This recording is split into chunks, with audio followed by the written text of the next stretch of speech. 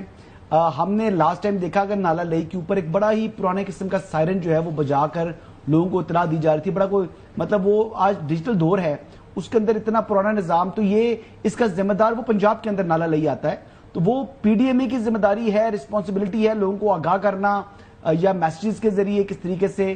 اور آنے والے دنوں کے لیے کیا تیاری ہے؟ اگست میں آپ کہہ رہے ہیں کہ 4-5 سپیل ابھی باقی پڑے ہوئے ہیں, تو خدا نہ خواستہ مزید ڈیزاسٹر ہو سکتا ہے. جی سائرن بڑا وہ مینول طریقے سے چلایا گیا تھا, اگر ہم دکھا بھی سکیں پروگرام کے اندر. جی کاٹی صاحب. جی بالکل آپ نے یہ ٹھیک کہا کہ کنونشنلی جو وہاں کی اتھارٹیز اور واساز ہیں وہ شاید اس کا جو الارمنگ کا وہ جو سائرن تھا وہ مینول آپریٹڈ تھا. لیکن آپ کے علم میں ہوگا سر کہ چیف منسٹر پنجاب یہاں تشریف لائی, پی ڈی ایم اے میں ایک 3 گھنٹے کا لانگ سیشن ہوا, اور اس میں یہ جو نالا لئی سے ریلیٹڈ یہ بھی وارننگ کا اس میں نہ صرف ڈائریکشن دی گئی, یہ چیزیں اب وہاں پہ ریپلیس بھی ہو چکی ہیں کہ جس میں ماڈرن گیجٹریز کو وہ ہم وہاں پہ انشور کریں. اب سر آگے آنے والا جو سسٹم ہے وہ ہمارا 21 سے سسٹم ہمارے جو ایسٹرن ریور کی اپر کیچمنٹس ہیں انڈین سائڈ پہ, وہاں پہ بارشیں سٹارٹ ہو گئی, اور انفارچونیٹلی آپ نے دیکھا کہ یہ جو ہمارے بالائی علاقے ہیں ان میں بھی کل سے بابو سر ٹاپ کا اور باقی گلگت بلتستان کے واقعات. لیکن پنجاب میں یہ جو چوتھا سپیل ہے اس میں ابھی تک جو پنڈی اور مری اور اس کے علاوہ جو نارووال سیالکوٹ میں بارشیں ہوئی, لیکن ابھی تک کوئی بہت زیادہ اس میں ہمارے پاس رین فال نہیں ہے. اچھا کاٹی صاحب, ہمارے جو سینئر کولیگ چودھری غلام صاحب لاہور کے اندر موجود ہے, ہم ان سے تھوڑا سا جاننا چاہیں گے کہ جو آپ جن اقدامات کا آپ نے حوالہ دیا, چونکہ میں اور حسن یہاں اسلام آباد کے اندر موجود ہیں, تو آپ کے اقدامات کے حوالے سے چودھری صاحب آپ مطمئن ہیں جو پنجاب حکومت اور کاٹیا صاحب کا ڈپارٹمنٹ خاص طور پر اس حوالے سے کام کر رہا ہے بارشوں کے حوالے سے؟ چودھری صاحب سوال بھی کر رہے ہیں اگر آپ کے ذہن میں بھی ہے. نہیں, ایک تو کلاؤڈ برسٹ جو ہوا ہے چکوال میں اس سے کتنے نقصانات ہوئے تھے, کیونکہ وہ اس کو کوئی پوری طرح آپ نے لوگوں سے نہیں شیئر کیا. نمبر 2, باقی خاور صاحب وہ کاٹیا صاحب کی گفتگو بڑی اچھی ہے, لیکن جب بھی بے شمار بارش ہوتی ہے اور یا کوئی بھی ایسا واقعات ہوتے ہیں تو اس وقت جو حکومتی اقدامات ہیں دے فال شارٹ آف ایکسپیکٹیشنز. کچھ بھی کریں آپ, یہ گلبرگ جیسا علاقہ جو ہے یہاں ڈوب جاتا ہے, یعنی دفتر آنا جو ہے 4-4 فٹ پانی کھڑا ہو جاتا ہے, اور یعنی بہت ہی تکلیف دہ صورتحال ہے. اور اسی طرح میں باقی علاقوں کا بھی جدھر کا مجھے پتا ہے, تو اگر تو ان کے پاس کوئی ایسا فول پروف ارینجمنٹ تو ہو ہی نہیں سکتا. اب پتہ کیا ہے کہ جی جدھر 200 mm بارش ہونی تھی وہاں 400 ہو گئی ہے, تو پھر اس کا کیا کریں گے؟ اب آئندہ ان کا کیا خیال ہے کہ بڑے پیمانے پر بارشیں ہوں گی یا درمیانے درجے کی؟ ابھی تک کیا توقع ہے؟ جی سر, میں اس میں گزارش یہی کرتا چلوں کہ بالکل آپ نے ٹھیک فرمایا کہ اب کیونکہ اوور آل کلائمیٹک چینجز کو اگر ہم دیکھیں تو بارشیں اب جو ہم کبھی کنونشنلی یہ ہوا کرتا تھا کہ صرف دریائی سیلاب ہی ہمارا مین وہ پرابلم ہے, اب اس کی بجائے اربن فلڈنگ کا فینومینا یہ ایک کنٹینیوس پروسیس اور کنٹینیوس فینومینا بنتا جا رہا ہے. لیکن آپ نے سر اس دفعہ بھی دیکھا کہ جتنی بھی یہ بارشیں ہوئی, کیونکہ ہم نے مارچ کے مہینے سے ایک مربوط طریقے سے پورے جتنے اسٹارم واٹر ڈرینز ہیں, واٹر کیرنگ چینلز ہیں, ان کی ملٹیپل سائیکلز میں ڈی سلٹنگ کو انشور کیا. اور اب بھی جب اتنی ٹورنشل رینز کے باوجود آپ نے دیکھا ہوگا کہ پنجاب کے جتنے بڑے شہر ہیں اور خاص طور پہ لاہور, اس میں 4 سے 6 گھنٹے کے اندر اندر مین جو شاہراہیں ہیں اور مین آرٹریز وہ ساری سر کلیئر اور لائف بیک ٹو نارمل ہوئی. جہاں کہیں لو لائنگ ایریاز میں پونڈنگ تھوڑی بہت رہ گئی اس کو بھی 24 گھنٹے کے اندر اندر ہم نے چکوال, جہلم اور پنڈی سے اس کو ڈرین آؤٹ کرنے کی سر کوشش کی. دوسرا ایڈمنسٹریٹو سٹیپس کی اگر میں سر بات کروں تو جیسے میں نے آپ کو کہا کہ تیسرے سپیل میں وہ رات جب یہ رپورٹڈلی جو کلاؤڈ برسٹ کا فینومینا آپ نے فرمایا وہ ہوا, تقیہ شاہ غلام اور تقیہ شاہ بلاول میں تقریباً 400 ملی میٹر بارش چکوال میں ہوئی, آن ایوریج 150-200 ملی میٹر بارش ہوئی. لیکن اسی دن نالا لئی میں بھی طغیانی کا سبب بنا اور ہم نے 1096 لوگوں کو سر نکالا اور 3 جگہوں سے ہیلی کاپٹر کے آپریشنز کیے, اور ایڈمنسٹریٹو نیگلیجنس کی طرف سے کی وجہ سے کوئی ایک بھی انسانی قیمتی جان اس کا پنجاب میں الحمدللہ نقصان نہیں ہوا سر. اور ایک پولیس اہلکار تو شہید ہوئے نا جی بچاتے ہوئے, آپ کہہ رہے جان نقصان نہیں ہوا, وہ تو ریسکیو کر رہے تھے بچارے, تو وہ شہید ہو گئے جیلم کے اندر.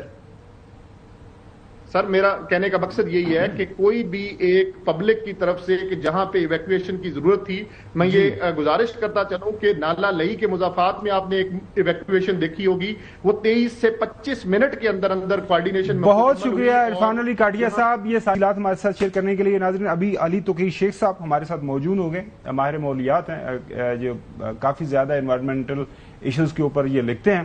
ان سے جانیں گے کہ یہ جو ایک سلسلہ ہے بارشوں کا, یہ کلاؤڈ برسٹ ہے, یہ آل اوور دا ورلڈ جو ہم دیکھ رہے ہیں, امریکہ سے لے کے ٹیکسس کے اندر واقعہ ہوا, اس کے بعد یورپ کے اندر ہم واقعات دیکھ رہے ہیں, ٹرکی کے اندر ریسنٹلی میں دیکھ رہا تھا کہ وہاں پہ بھی اس طرح بارشیں ہوئیں, ٹورنشل رینز ہوئیں, اور اب پاکستان کے اندر تو ہم یہ سارا معاملہ دیکھ ہی رہے ہیں. سو شیخ صاحب یہ بتائیے گا, ایک تو بہت شکریہ سر وقت دینے کے لیے, یہ بتائیے گا کہ یہ جو سارے کا سارا معاملہ ہے بھائی کلاؤڈ برسٹ کا, یہ جو انوائرمنٹل سارے ایشوز چل رہے ہیں, مطلب یہ کب تک کسی طرح چلے گا, کیونکہ اس کے اوپر بہت زیادہ بحث ہو رہی ہے. امریکنز یہ کہتے ہیں کہ جی it is not an issue, آپ کو پتا ساری انہوں نے فنڈنگ شنڈنگ کاٹ لی ہے جو اس حوالے سے ریسرچ ہو رہی تھی. تو پاکستان کو کیا کرنا ہے اور کب تک جو ہے ہمیں سامنا رہے گا سر؟ دیکھیے آپ نے بہت سارے سوالات اکٹھے پوچھے ہیں, میں ان کو ذرا سمپلیفائی کرنے کی کوشش کرتا ہوں تاکہ آپ کے آڈینس کو سمجھ لگ سکے کہ بات کیا ہو رہی ہے. جو مانسون کے پیٹرن میں چینج ہے جس کی وجہ سے آپ یہ فلڈ دیکھ رہے ہیں, یہ ابھی گیم شروع ہوئی ہے, یہ ختم نہیں ہوئی, اور آئندہ سالوں میں یہ بڑھے گی. اس سے زیادہ فلڈز آئیں گے, اس سے زیادہ جو ہیں تباہ کاریاں ہوں گے, اکنامک لاسز ہوں گے, ہیومن لاسز ہوں گے, unless we do something about it. اور جو مین چیزیں آپ کے سمجھنے کی ہیں, پہلی بات تو یہ ہے کہ فلڈ کے پیٹرن میں بہت بڑی چینج ہو رہی ہے ہماری آنکھوں کے سامنے. پہلے صرف ریورز میں فلڈ آتے تھے, اب ابھی آپ نے کلاؤڈ آؤٹ برسٹ کا ذکر کیا جو چکوال میں آیا, جس کا مطلب ہے وہ صرف وہیں پہ بڑا لوکلائز تھا, اس کا دریا کے ساتھ کوئی تعلق نہیں. ہمارے یہ سیادپور ولیج میں آ گیا قریب, بالکل آپ نے دیکھا نہیں سیادپور ولیج میں. سر یہ بات آپ غلط سے کہہ رہے ہیں, آپ یہ محکمے والے بات صحیح نہیں کر رہے. اچھا اس کے کلپ کو دیکھیے تو آپ کو نظر آئے گا کہ جو دریا اس میں وہاں پہ نالے کا راستہ ہے, اس کے دونوں طرف سیمنٹ کی دیواریں بنا کے اس کو تنگ کیا ہوا ہے. اگر تنگ کیا ہوا تو پانی نے باہر آنا ہی آنا ہے. نارا لئی میں بھی ایگزیکٹلی یہی چیز ہو رہی ہے. اسلام آباد میں سے لئی کی 4 کسیاں گزرتی ہیں اور ہمارے بڑے بڑے گھر ہیں, اس کے باوجود پیچھے ہم نے قبضہ کر کے پانی کے پیسج کو نیرو کیا ہوا ہے, جس کی وجہ سے وہ زیادہ فورس اور گریوٹی کے ساتھ زیادہ سپیڈ کے ساتھ جاتا ہے, تباہی کرتے ہوئے جاتا ہے, اور بڑی سپیڈ کے ساتھ جاتا ہے, تو لوگوں کو وہاں پہ ایویکویٹ کرنے کا ٹائم بھی نہیں ملتا چونکہ پورا پیسج نیرو کیا ہوا ہے. یہ بات غلط ہے کہ آپ ہر چیز کو کسی اور کا قصور نکال دیتے ہیں, یہ غلط قصور ہے.